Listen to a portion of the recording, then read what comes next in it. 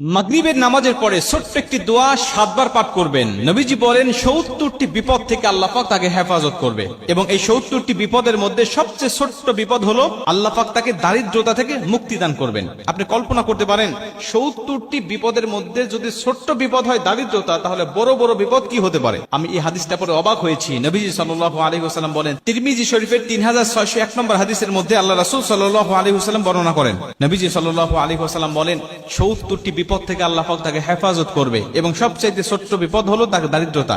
আমরা কিন্তু দারিদ্রতাকেই সবচেয়ে বড় বিপদ মনে করি, অথচ নবীজি বলতেন না, এই 70টি বিপদের মধ্যে যত বিপদ আছে সবচেয়ে ছোট্ট বিপদ হলো দারিদ্রতা।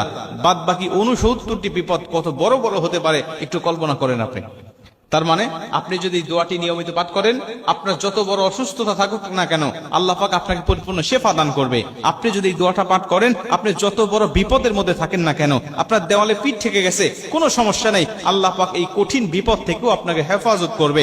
আপনি যত বড় দুশ্চিন্তার ডিপ্রেশনের মধ্যে থাকেন না কেন, এই দোয়াটি যদি আপনি নিয়মিত পাঠ করেন, আল্লাহ কঠিন কঠিন দুশ্চিন্তার ডিপ্রেশন থেকেও আল্লাহ পাক আপনাকে সম্পূর্ণ হেফাজত করবে। হাদিসটি হযরত আবু হুরায়রা রাদিয়াল্লাহু তাআলা আনহু বর্ণনা করেছেন। তিনি বলেন, নবীজি সাল্লাল্লাহু আলাইহি ওয়াসাল্লাম বলেন, তোমরা লা হাওলা ওয়ালা কুওয়াতা ইল্লা বিল্লাহ এটুকু সবচেয়ে বেশি বেশি পাঠ করো। কেন? এটা হলো জান্নাতের রত্ন ভান্ডার।